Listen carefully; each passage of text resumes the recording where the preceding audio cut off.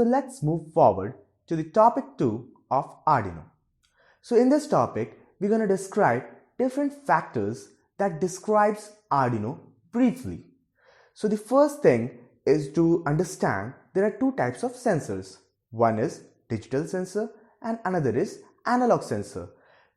Arduino board is used to extract data from these two kind of sensors in analog pins with digital pins.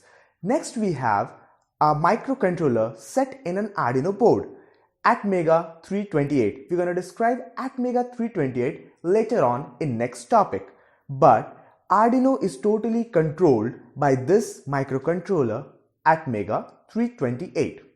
Arduino has a very special feature of using a simple USB cable for its uploading as well as downloading of the programs that are installed in the board.